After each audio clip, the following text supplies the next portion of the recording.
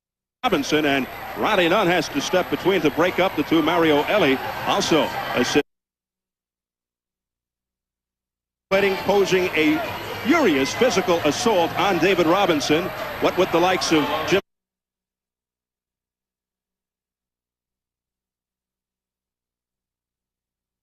and when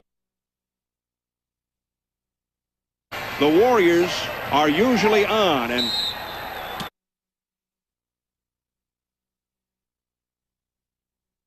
Johnson stopped by Chris Mullin, and Rod Higgins has quick lineup. Chris Mullin, second of the ball game. 37-30 lead.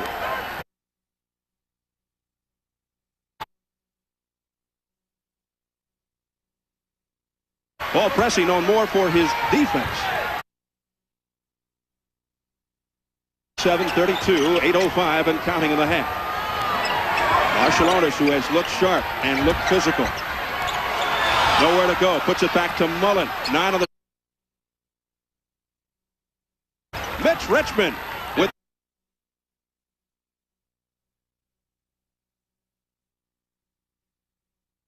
better chance to win the basketball game. 11 points for Rich. For Hardaway. Warriors lead at 39-32, and Willie Anderson, and suddenly the Spurs getting a bit on track from the perimeter. Warriors by 5. The quick release by Richmond. The rainbow jumper won't go. Deflect. Somebody was bound to miss a jumper sooner or later. A battle of jumpers over there, 39-34. Golden State trying to steal one at Hemisphere Arena here on TNT. Now, Rick Barry, let's take a look at the Western Conference. The Blazers and Sonics open up tomorrow night. The Suns and Jazz later tonight. How do you look at that series, Phoenix and Utah? Well, I think that the Suns really have the number of the Jazz over the last couple of seasons, and the Jazz have a difficult time winning on the road. So, again, the key there is going to be the health of the 3 key players, KJ Chambers and also Marley. But I don't like the Jazz depth. Game 2 of our doubleheader tonight. The winner of the Lakers-Rockets series gets the Warriors-Spurs, but I think the Lakers-Rockets is really going to be something. Yeah, I really think that's going to be perhaps maybe the most competitive series that's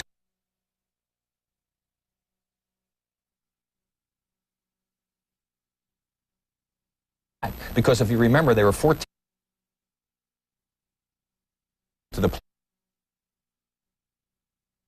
team in there. Well, Vlade will play well, Michael Thompson will play well, but leading you in the experience of the Lakers and Mike Dunleavy's emphasis on defense this year, I think that's going to hold true. They're the only team in the league other than Detroit, the Lakers, to hold the. No doubt some of our questions will be answered in Game 2 of our doubleheader tonight here on TNT opening night.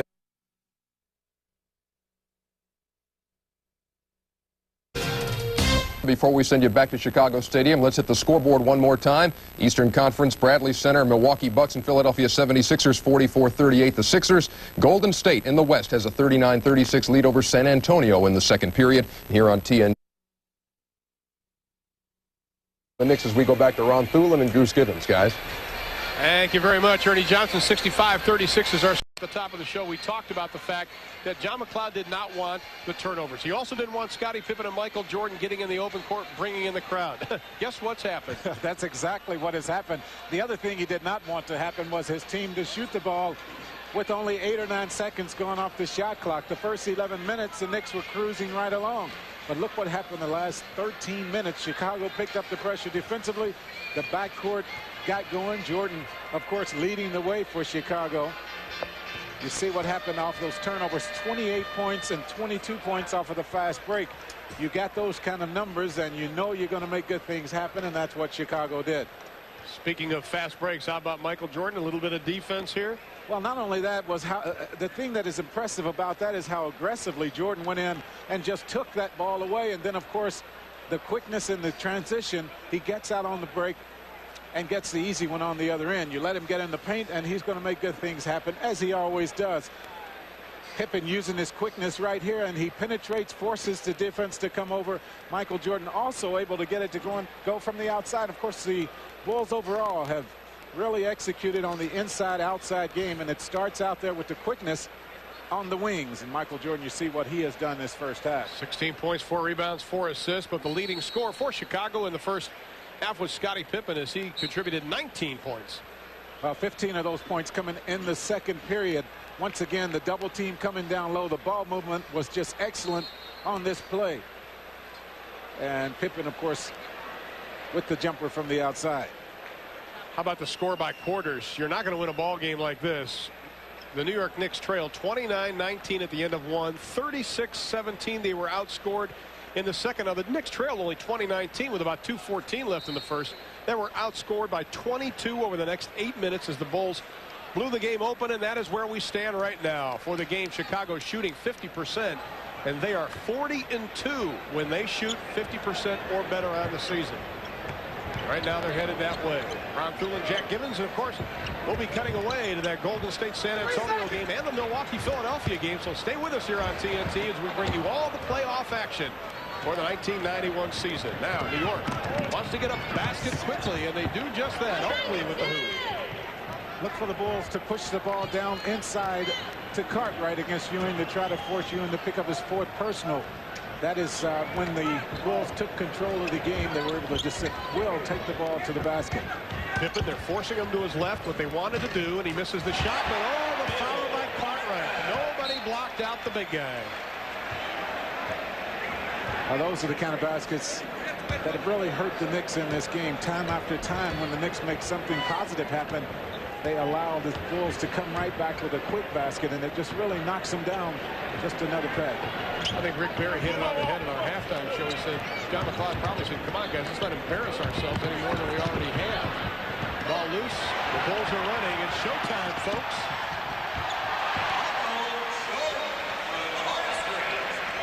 Jordan now with 18. Chicago on the year scoring 110 points a game to opponents 101. That point differential is exactly 9 a game, and that is #1 in the NBA. Usually when you have a point differential of that much, you're going to have success in the playoffs. Tucker, his first field goal of the ball game.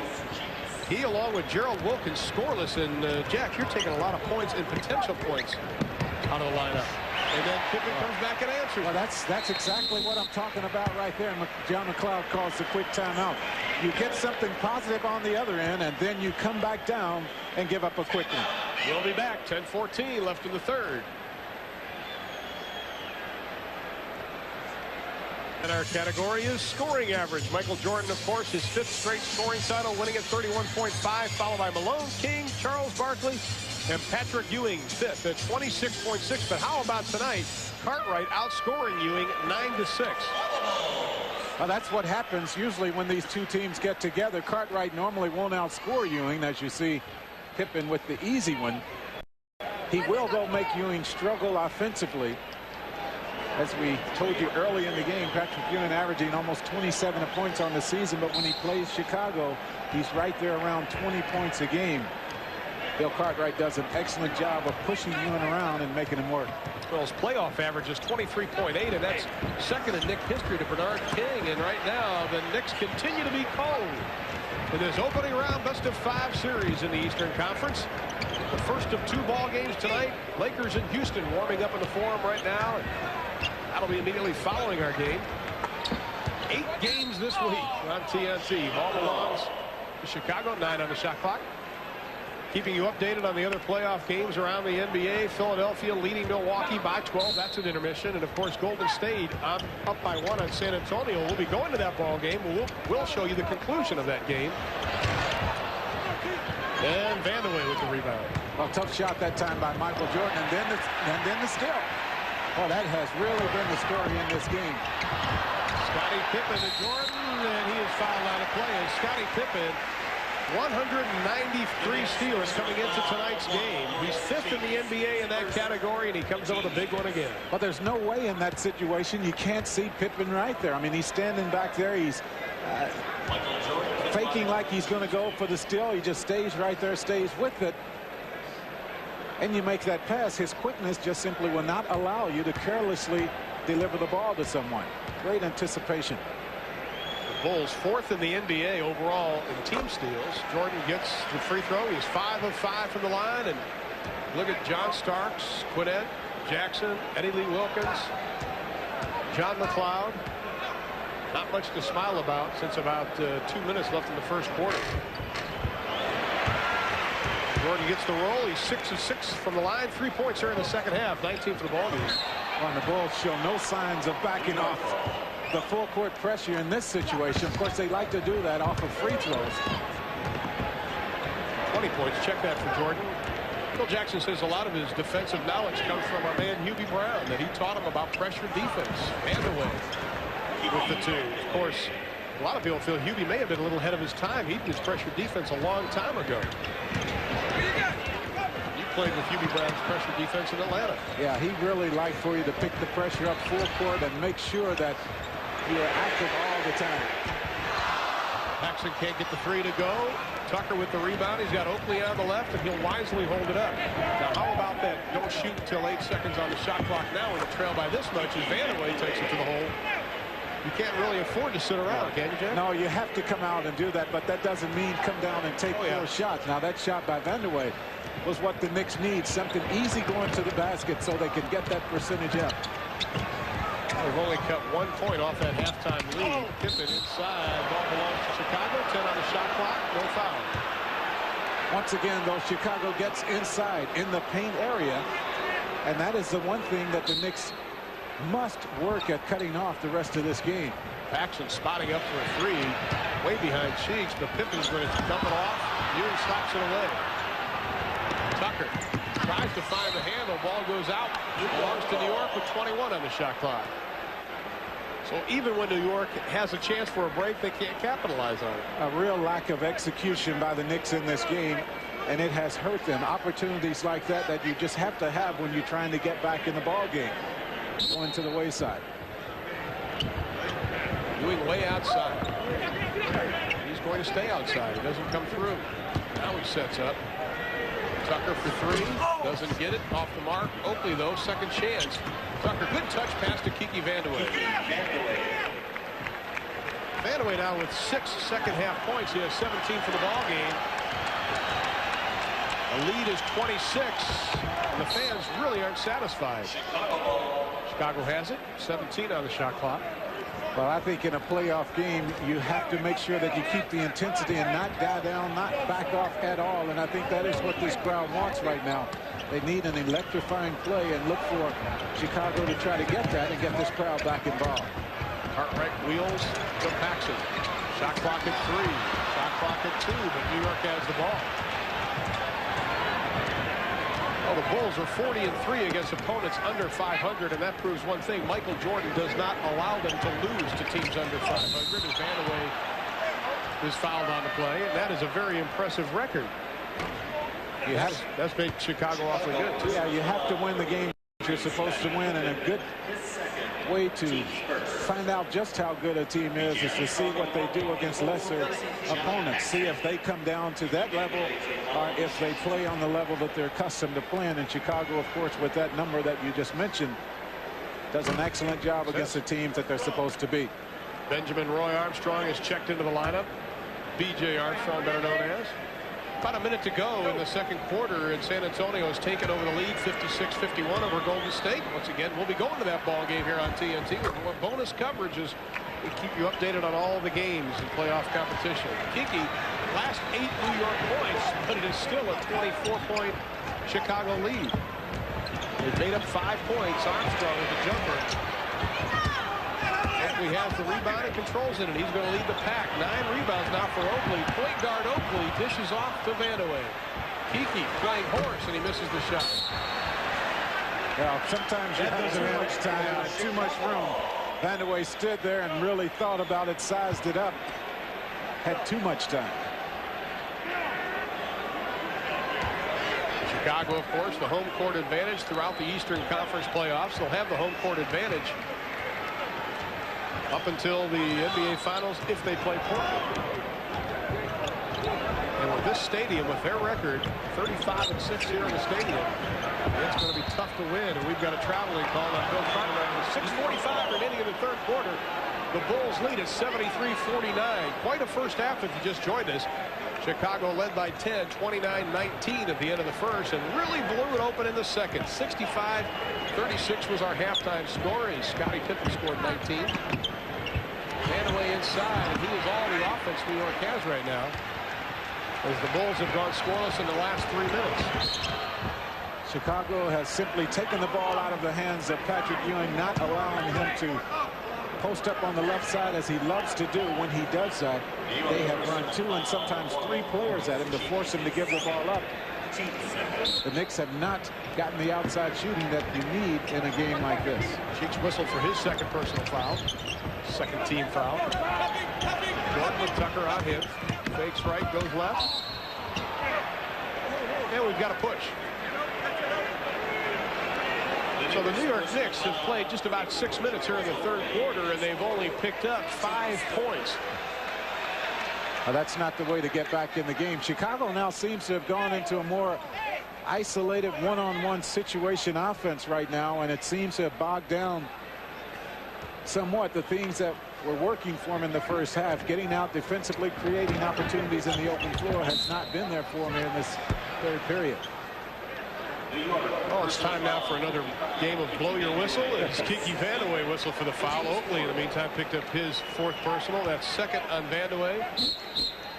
John McLeod trying to get something going. Committing the fouls, not the way to do that, though. The next personal will send the Knicks, send Chicago to the free throw line. With over 6 minutes left. Pippen finally triggers the inbounds pass. Side of Grant, great no-look pass by Michael Jordan. And another steal. Well, how many times has that happened in this game? Jordan spots up for the 3. Well, that's the way it got started in the second period when things seemed to be bogging down. Chicago's defensive pressure picked up, and they have taken advantage of those extra opportunities. 5:54 remaining in the third quarter. The Bulls lead at 78-49. Standing by in our studios in Atlanta, Ernie Johnson. EJ. Thank you very much, Ron Thulin. Let's check in on that San Antonio Golden State Western Conference first rounder. Mitch Richmond scored 20 points in the first half for Golden State, but he missed there and gets San Antonio running. Rod Strickland will give it up and get it right back. The jumper finds the bottom, and San Antonio, down for much of the second period, comes back and leads 57-53 at the half. The Spurs at home at Hemisphere leading Golden State by 4. Now let's go back to Chicago Stadium to Ron and Goose. All right, EJ, we'll be checking back with you throughout the evening with updates on that score along with Milwaukee, Philadelphia. 5:54 remaining in the third, and it has been all the Chicago Bulls. Once again, the fire drill pressure, and Cartwright picks up Ewing. Not exactly a battle of 2 of the quickest in the NBA. But the other players for the Knicks having such a hard time bringing the ball up the floor. That is right there is about as quickly and as easily as they've been able to get the ball up the floor, and there's the turnover. Here comes Pippen. Cheeks goes for the steal. 19th turnover for the Knicks. For 3. Tucker has the rebound over Jordan, who jumped just a tad early. Vandeweghe spotting up for the 3. Hopefully doesn't see him. Wilkins will come into New York's lineup. I'd like to get it in Tucker's hand. That could be a 3. Inside, we've got a foul. Pippen just shoved by Oakley. Pippen starts laughing. Well, that was a good foul by Pippen. He simply wanted to make sure that Oakley didn't have an opportunity to score as he got on the inside on that pass. Third personal on Pippen. Here it is again. Well, here it is right here. Oakley will get called for the technical. You see him with the elbow, the push-up right there. A good play by Scottie. It prevents the basket. Oakley is called for the technical, and Michael Jordan, who is 6 of 6 from the line, will go down the other end and shoot it. The playoffs, you don't give up anything easy. Nothing but net for Jordan. 79-49, a 30-point lead. The biggest lead for Chicago tonight has been 32 as we look at Oakley. A Virginia unit. Phil Jackson takes a seat. 45-year-old, 12th head coach of the Bulls. What hustle by Jordan. Well, the quick hands. Quick hands he has, and he's always around the ball. Just 6 years ago, Phil Jackson was the CBA Coach of the Year. Now he has a chance to win the NBA.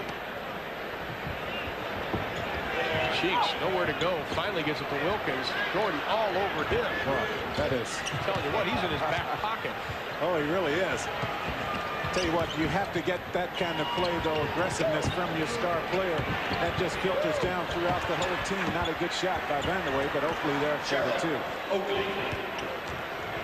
Tell you, the only one right now outside of Kiki Vandeweghe that seems to be working hard both on the offense and defense is Charles Oakley. We've got a foul called on New York. That'll be on Maurice Cheeks. That is his third personal foul. But Oakley's, I think he's one of the veteran players along with Vandeweghe that have a great deal of pride that don't want to see an embarrassment along with Maurice Cheeks. Well, you can look at Oakley's face and know real quickly that he doesn't like what's happening to his team, and he knows the problem with a game like this is it's very hard to bounce back and put together a good effort in just a couple of days. Oakley 8 points, 10 rebounds. B.J. Armstrong's first points of the second half. He has 8. The first game so important in these best-of-5 series. B.J. gives them a lot of help off the bench. He's a lot different from Paxson at that point guard spot in that he gives them a lot of quickness, gives Chicago a lot of quickness, especially defensively. B.J. Armstrong, who says his most prized possession is his college degree, that may change. It may be an NBA championship ring if things go according to the Bulls play. 30-point lead. Ewing goes hard to the floor, and he'll be helped up by Bill Cartwright.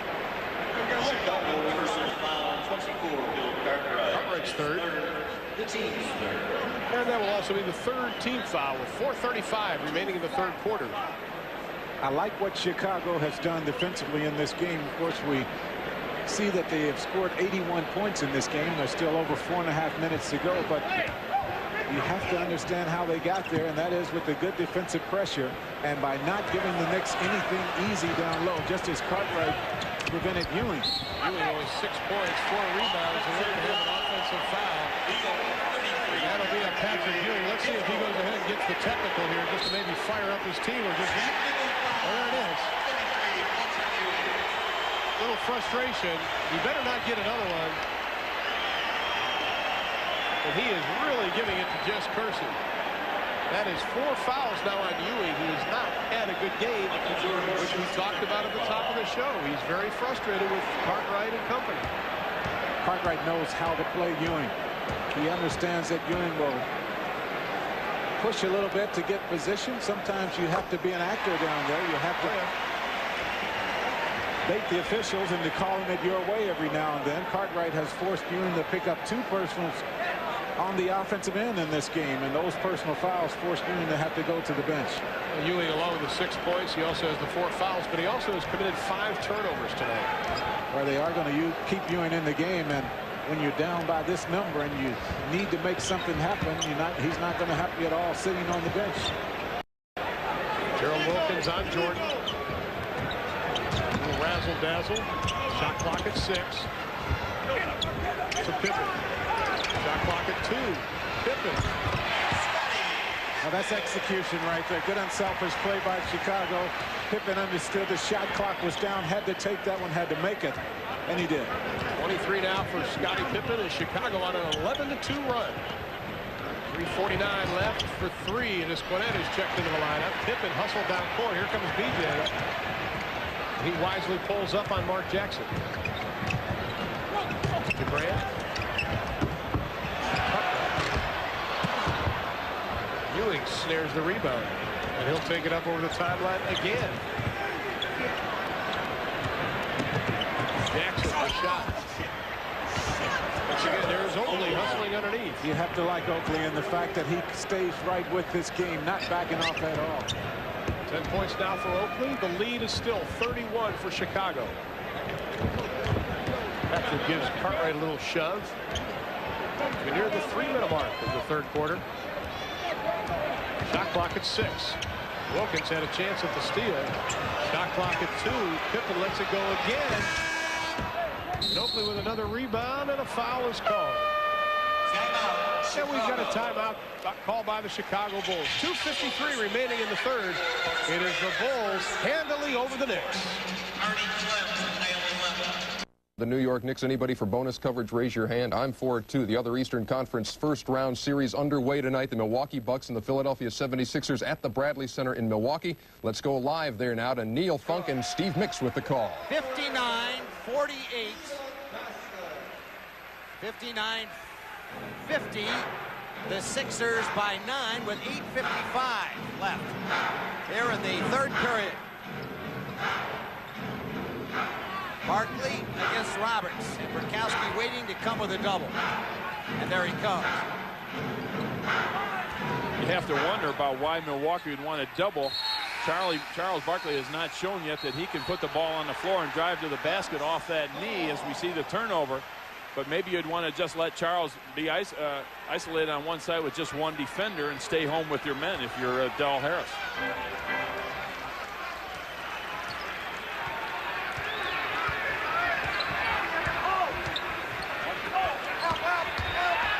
Take a look at Alvin Robertson.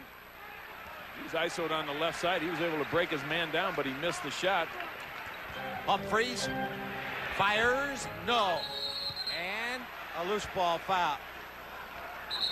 Once again, the Philadelphia 76ers doing a good job defensively as compared to, you take a look at the first half stats. They held Milwaukee to just 45% shooting from the field. They're doing a good job opening up this half as well. That turnover a minute ago was turnover number 12 from Milwaukee, and that is what has really hurt them. Sometimes forced turnovers, sometimes unforced. Charlie ducking inside and lays it off the glass. 7:55 left to play in the third quarter. An 11-point Sixer advantage. Shea's mishandled. That's turnover number 13 for the Bucks. We said sometimes they're forced, sometimes they're not. Gilliam, and to the line he'll go. My, oh my, Armin Gilliam doing an excellent job of controlling the pass. Here's a look at it. The outlet coming from Charles Barkley. There's Armin. There's the foul right there. There's the whack. There's the shot. Good athletic move by Armin Gilliam. The Sixers have built up a 13-point lead and possibly 14 if Armin can make this one. 12 in the game for Armin as he settles himself in at the free throw line. The Bucks went out in front 2-0 in this game. And then the Sixers went on a 13-0 run and haven't been headed since. Milwaukee got as close as 1. I take it back. They did take the lead by 1 in the first half, and then the Sixers with a burst of their own, outscoring Milwaukee 19-6 in the last 5 minutes and 10 seconds of that second quarter at a healthy halftime advantage. Roberts miss, and here comes Green running. Hawk. Take advantage of him, Hawk. You've got the big guy on you. Gilliam turns and scores. Baseline, Gilliam post. All right, the Sixers looking tough, trying to break the Bucks' serve in the opener, leading 66-50. The Sixers with that 16-point lead in the third period. Now let's go back to Chicago Stadium. Ron Thulin and Jack Givens. I will continue to give you bonus coverage throughout the night, updating our situation. Horace Grant just completed a three-point play as Patrick Ewing picked up his 5th personal foul, which forced him to take a seat on the bench. And Eddie Lee Wilkins, who's come in the New York lineup, 5th-year pro out of Gardner-Webb.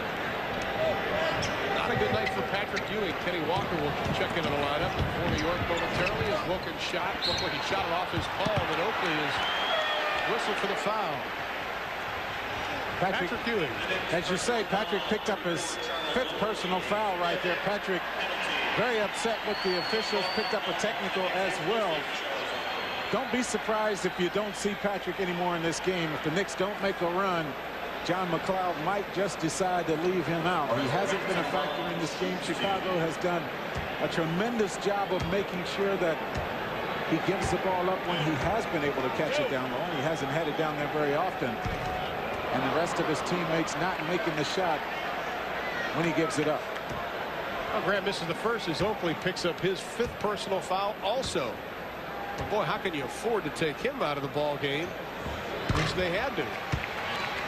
Well, free throws, New York just 11 of 12. Chicago 26 of 31, a 19-point difference in free throws.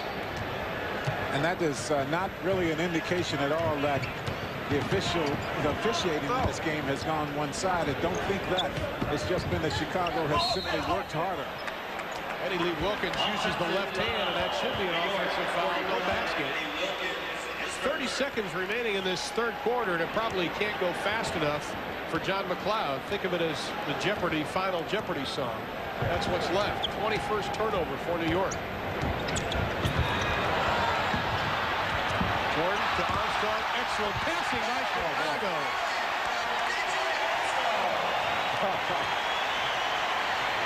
And Jordan is such a showman.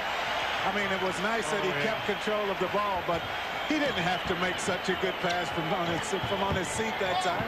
Walker, as time runs out in the third quarter. Rebound control by Jordan. It has been 36 minutes of pleasure for Chicago, 36 minutes of misery for New York. But there are only 12 minutes left. The Knicks trail it 93-57. We'll be back.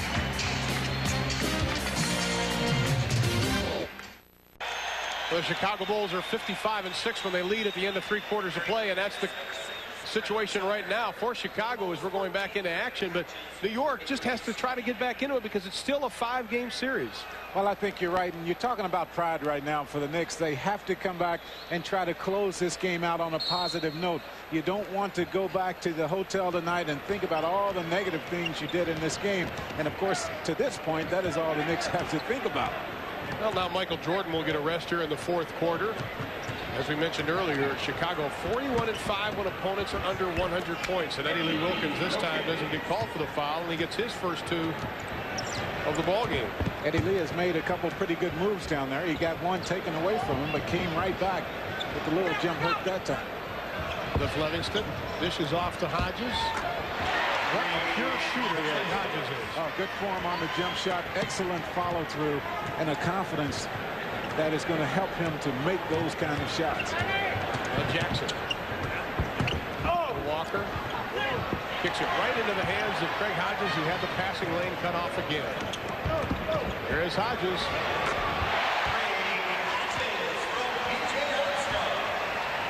We saw him heated up in a game here against San Antonio where he hit about 3 3-pointers in a row, which brought them back from a 21-point deficit. He is quite the shooter, as B.J. Armstrong now with 9 assists. Another turnover for the Knicks, number 23. And Scottie Pippen with that big step is called for traveling. Scores from around the NBA tonight in the playoffs. Philadelphia by 18 at the Bradley Center. I'll tell you what, there aren't too many people would have thought that type of margin. And of course, San Antonio leading Golden State by 8 in the third quarter, and we'll be going to that ball game near the conclusion of that contest as our bonus coverage on TNT continues tonight. And just a reminder, following our game with the Lakers in Houston, as we've got a whistle and a foul, Tucker goes down hard. Pippen helps him up as John Starks will come into the next lineup. Pippen came over to help out. He's smiling just a little bit because he knows that he got Tucker that time, but not as much as Tucker made it look on that play. Kenny Walker having a hard time holding on to the basketball, and of course Walker not real comfortable shooting the 15 to 18-foot jump shot from the outside. He feels as though he has to put the ball on the floor and take it to the basket to try to create something. That just simply has not been there. Chicago defensively has been just about perfect tonight. Tucker now with 4 points. He averages 7. Just 1 of 6 from the floor, but he's 2 of 2 from the line. And with 10:25 left in the ball game, the Bulls apparently on their way, almost obviously on their way to a 1-0 lead. I think you can call it. Yeah, since the most New York has scored in a quarter has been 21 points. Livingston, good offensive rebound, and that is why they signed him to do exactly that. Well, I'm glad he took the ball to the basket that time. I think he earned it with that effort. He has been playing very unselfishly in this game, not looking for his offense, but when you go up and you work that hard, you deserve the shot. Good to see him take it. 38-point lead, the largest of the game for Chicago. Oh! Fred Tucker gets away with a push off Livingston and fouls it up. Cliff Livingston's nickname is Good News. Says he likes to hear good news all the time, and if you've ever met Cliff Livingston, you understand that man is always smiling. Steal by Jackson. Ball step goes out by B.J. Armstrong. Ball belongs to New York. 9:32 left to be played in our ball game. The Bulls lead at 99-63. Now let's go back to Ernie Johnson in Atlanta. Thank you very much, Ron Thulin. Let's get you up to speed on that game in San Antonio, the Spurs and Warriors. And the Spurs have opened it up a little bit now. Willie Anderson's been the man tonight. He's got 21 points so far as they play in the third period. That made it 59-53. Right now, the Spurs with a 12-point lead over Golden State as they play at Hemisphere 67-55. Now back to Chicago Stadium to Ron Thulin and Goose Gibbons. The team's second. Thank you, Ernie Johnson. Of course, we'll be keeping you updated on the scores. 9-18. Fouls on Stacey King as we're in Chicago Stadium before the 182nd sellout. King has picked up his third. Gerald Wilkins just finally gets on the board, Jack. Well, he hasn't been a factor in this game. And, of course, at this time of the year when you miss 3 weeks, you come back right today as his first game back. You know that offensively you're just not going to be able to do much. They want him to get some conditioning, though, so that he can be ready later on in this series. Oh, what a move by Craig Hodges. You don't see him take it to the hole very often, but he does. And he has fouled. The foul on Wilkins. When you make your first 2 or 3 or 4 shots from the outside, the defense is going to run at you, and that's usually going to create opportunities for you to take the ball to the basket. As you mentioned, Hodges doesn't do that very often. It's good, though, to see that he can do it when the defense forces him to go that way. He is 26 of 27 this year from the free throw line. Oh, 26 of 28. 28 free throws only on a whole season. Shows you don't go to the paint very often. New York shooting guards, Jack. Tucker and Gerald Wilkins only 2 for 11, make it 2 for 12 on the miss. But Eddie Lee Wilkins is there for the follow slam. So when your shooting guards 2 of 12, less than 20%, you're in trouble against a team like Chicago. Yeah, you have to get better effort that way because that is one area that you want to take advantage of. If they're making the shots, that means they are making Michael Jordan work defensively, running him off screens, forcing him to play, use a lot of energy on the defensive end of the floor. With them shooting that way, Michael Jordan has been able to play just the way he likes to play, and that is to anticipate on defense, try to cheat to help out to get steals and create some easy, quick opportunities for himself or his teammates. Scottie Pippen goes to the line. We saw Michael Jordan sitting on the bench, John Paxson on the bench, Horace Grant on the bench. Cartwright, 4 of the 5 starters are on the bench. And everybody talked about the fact how the Western Conference playoffs, everybody's going to be beating each other up. Chicago, on the other hand, tonight, a very easy game. Your starters aren't going to get a lot of minutes. In the long run, this has to help him. Michael Jordan said today, he says, hey, I feel the freshest I've ever felt at this point in the season because my minutes were cut down. What's this do now in the playoffs, Jack? That he's sitting here probably the whole 4th quarter. Well, I think that's good. I think as long as he can sit there and his team win comfortably, not only is it good for Michael, but it's good for his teammates to know that they can, in fact, play and play well with him sitting over there on the bench. Gerald, don't call me Dominique Wilkins, 8:25 left. It's the Knicks, their 69th point, but underneath is B.J. Armstrong. He has 11. Wilkins for the trade. Well, that's what they need from Gerald right there. This is a confidence builder for Wilkins. He needs to make some shots just as he has done to get himself going. B.J. on the verge of a double-double, 11 points, 9 assists, no basket, with an even 8 minutes showing on the clock. The Knicks personal foul, 21, Gerald Wilkins. Just a reminder, Doug Collins and Pete Van Wieren are standing by at the Great Western Forum, and the Lakers set to take on the Houston Rockets. A lot of people feel that Houston peaked just a little early. They played so well to the last 8 games or so of the season. What a move by Hodges again. Well, that is just no defense at all by the Knicks. I mean, you want to make sure that you don't give up those shots, and that's all we've seen in this game is that Chicago going to the basket, shooting them as much as they want to down low. 7.5 left. 107-72. I think the big suspense now is, can the Knicks reach 90? King's left-handed shot won't. Cliff Livingston hustles for the rebound, and he goes into the crowd hard. My goodness, he's a tough Wichita State kid. Let's see if he gets up. Well, I think what happened is he went right into one of the girls that travel around alongside the court here getting drinks for the people sitting down there. Drinks went everywhere. I'm sure, knowing Cliff Livingston the way I do, he will be glad to apologize after the game. In his own inimitable fashion. Pippen from outside. Way to be, News. And we've got a whistle and a foul. 7:09 left to be played in the ball game. Let's go to Ernie Johnson. Thank you very much, Ron Thulin. Let's update what's going on at the Bradley Center here along with Rick Barry. Check out the work by Armand Gilliam on the offensive boards. Well, you know, you win games by going inside. Here, Armand Gilliam misses a shot. Now watch. The long rebound, he gets it up again. Nobody screens him off. Another move, couple of pump fakes, gets the man to join the paratrooper club, lays it in. He has 15 points, 74-60, Philly. It is now 7. Even as we speak, they hit a J. 74-62. The Sixers with the lead. We go back to Chicago Stadium to Ron Thulin and Jack Givens, guys. Thanks, Ernie and Rick. We'll be checking back with you a little bit later on. Stacey King has picked up his 4th personal foul. The Knicks with only 72 points. Their season low, 82. And there may be a question whether or not they can get that. Dennis Hobson will come in for Chicago. 2 shots from underneath. Gerard Mustaf is coming to the lineup for the Knicks. The rookie out of Maryland, just 21 years old. 17th overall pick in the recent draft. 6:44 left to be played. 107-72 is our score. Houston and the Lakers set to get underway in the Great Western Forum out in Los Angeles. What a series that should turn out to be. Doug Collins, Pete Van Weeren standing by to call all the action. And the playoff picture. How about this? The teams that win Game 1 have won 47 of 56 first-round series.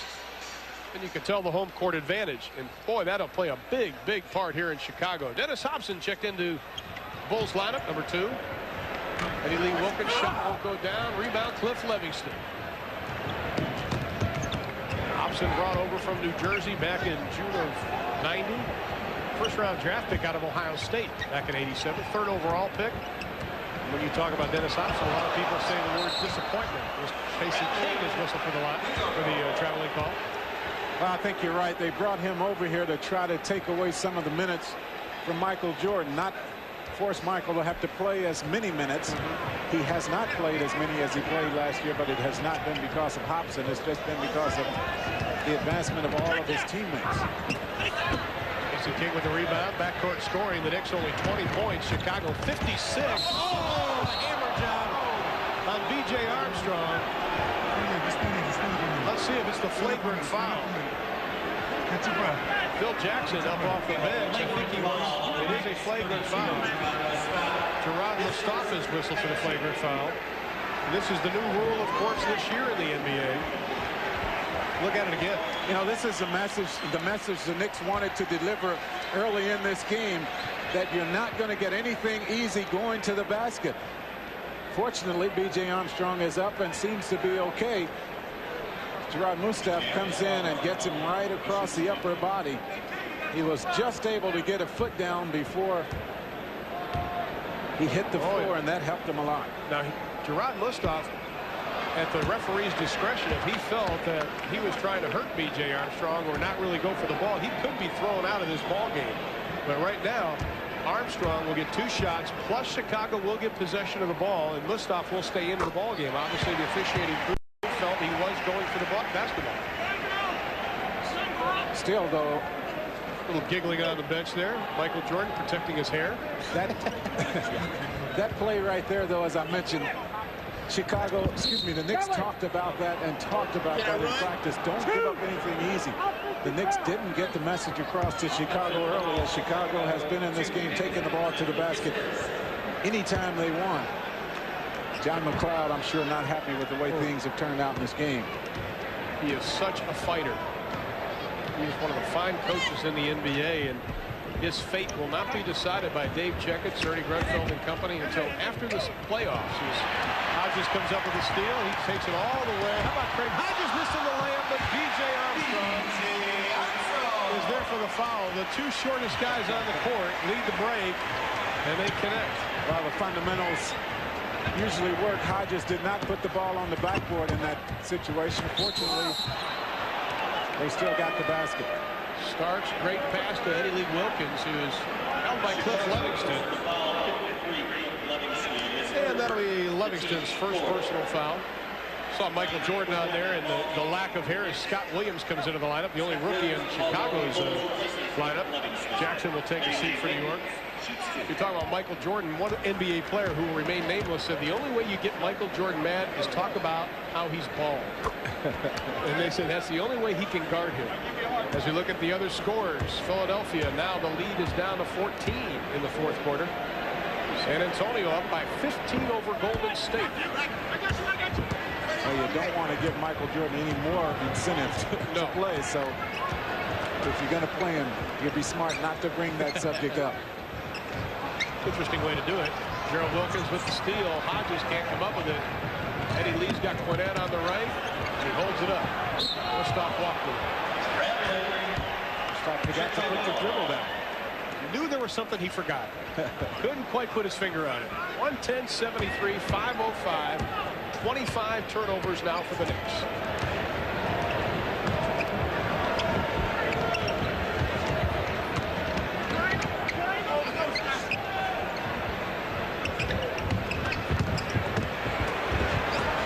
Williams with the miss. King with the left-handed foul. Former Oklahoma Sooner finally gets in the board. 12-73. Stacey King, that is the way he can help this team. That is working the offensive boards and getting the putbacks. They are not going to go to him very often in the first phase of their offense. He has to find the baskets, and that's the way to do it. Wilkins has a strip. Listoff inside with the slam. His first two of the ball game. Only 75 points scored by the Knicks.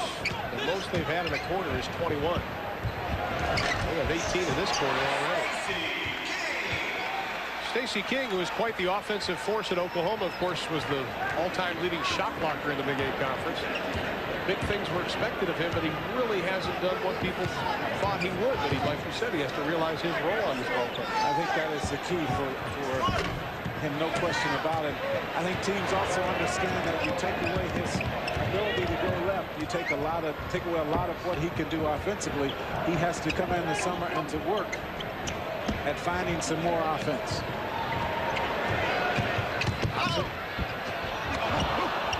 Looks like he jumped off the wrong foot.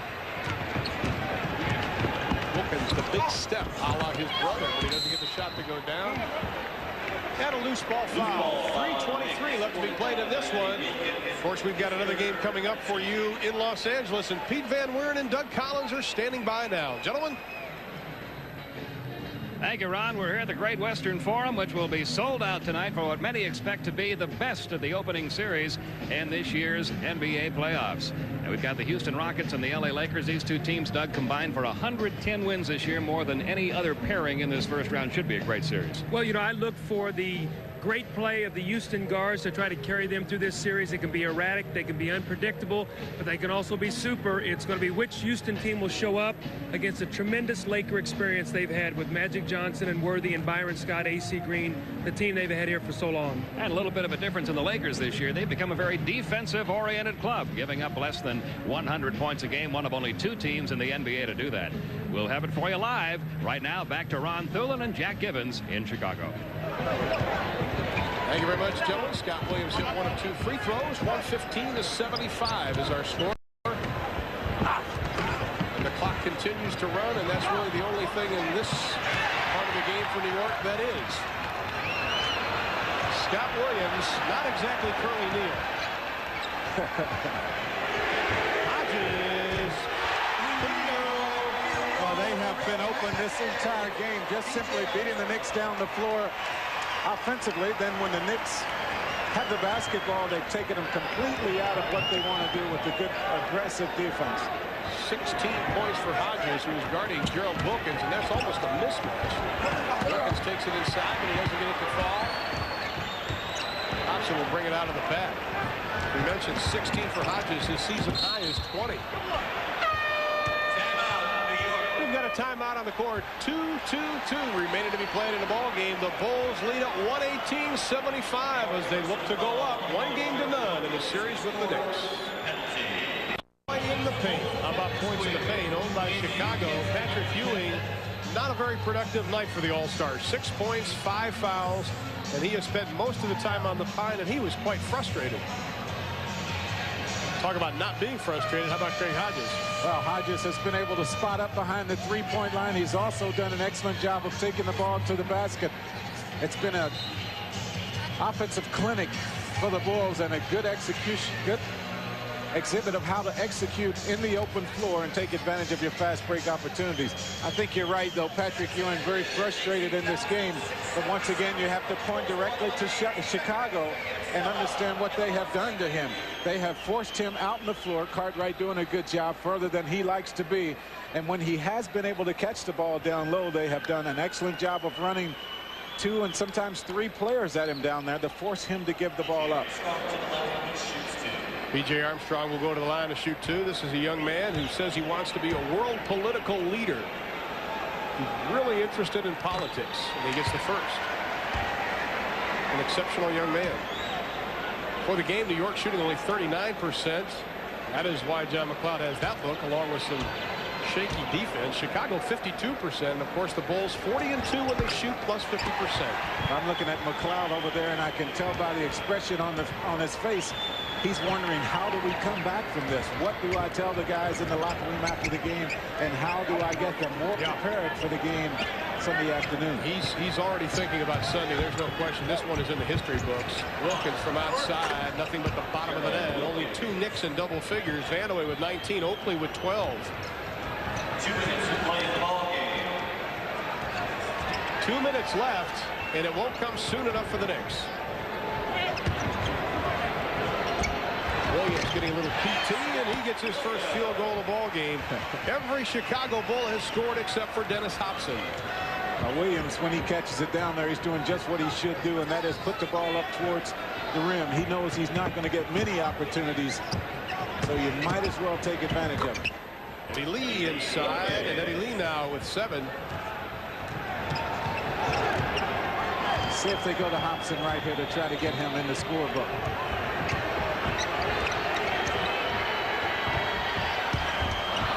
Wild shot. Wilkins comes down with a rebound. And Brian Quinnett with the easy jam. Now the crowd wanted to travel, but there's no way the officials are going to blow the whistle on that play. If it's close, they're going to let it go.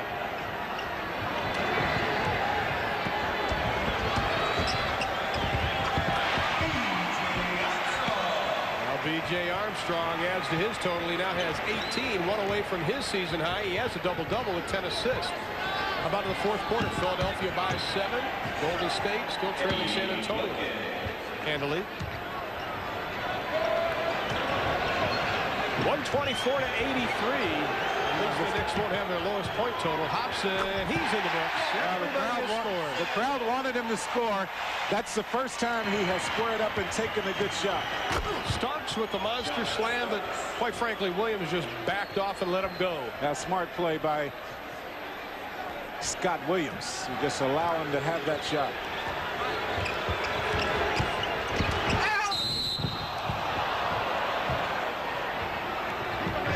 You got a foul. Lakers and Houston's next with Pete Van Leeuwen. Of course, we'll keep you updated on the San Antonio Golden State score. Mark Jackson, Patrick Ewing, Kenny Walker. Brian Quinnett is really holding on to his knee. That looks kind of serious. He's been able to go, but he's pushing on the sides, and a lot of times that means it might be kind of serious. Hobson only a 66% shooter from the charity stripe. Now the Bulls, although this is a blowout, it's all well and good. They won handily. Everybody's joking. But now they've got to get mentally prepared again for Sunday, just like the Knicks, because it may not be that easy on Sunday. So they also have to get their game face on. This one's wrapping up in Chicago Stadium to the delight of 16,000 plus. 10 games left in the road to the NBA Finals for Chicago. 10 victories left. A lot of playoff action on TNT. 8 games, 7 now in the next 4 days. Jack and I will be heading down to Phoenix for Phoenix and Utah as time runs out here, and that'll be coming your way on Saturday night. B.J. Armstrong will finish the game with 18 points. Michael Jordan with 28, and that about does it, ladies and gentlemen. It was a blowout from the second quarter on, and what a blowout indeed. The final, 126-85. Michael Jordan leads the way. for the Bulls. 28 points, sat out the entire fourth quarter. Scottie Pippen, 25 points. He also played sparingly in the second half. 12 points for Grant, 18 points for B.J. Armstrong. Craig Hodges with 16 points. Patrick Ewing, of course, getting in foul trouble early on. He finished the game with only 6 points. They were hoping for a big game from him, but it wasn't enough as Chicago wins it once again, the final 126-85. And we're joined now by Scottie Pippen. Scottie, it was a great game for you, for Michael Jordan. You had a chance to rest, but how good is it now? Because mentally, you had the blowout. You've got to get up for Sunday's game. Well, I think it was a big win for us tonight. We got ourselves up like we wanted to, and we played real well. That's something that we were sort of afraid of coming into the game tonight. And I thought we did a good job after having a long layoff this week. And I thought everybody got opportunity to get into the game and did a good job. Scottie, defensively, it was obvious to me that you guys wanted to make sure that Patrick Ewing didn't get going down low. The double teams down there forced Ewing to give it up. I thought defensively this was about as good a game as I've seen all season. Well, yeah, I thought we did a great job on Patrick. He definitely didn't know what we was doing tonight defensively. I thought we did a good job of coming at him at times, and then sometimes we were sort of letting him go and let Bill defend him. I thought Bill did a great job, as he always do. Well, Scottie, 14 points in the second quarter, 25 for the game. Best of luck. Another victory, another step toward the NBA Finals. Scottie Pippen and the Chicago Bulls. 126-85 is our final. Ernie Johnson will be back in our studios in Atlanta after this.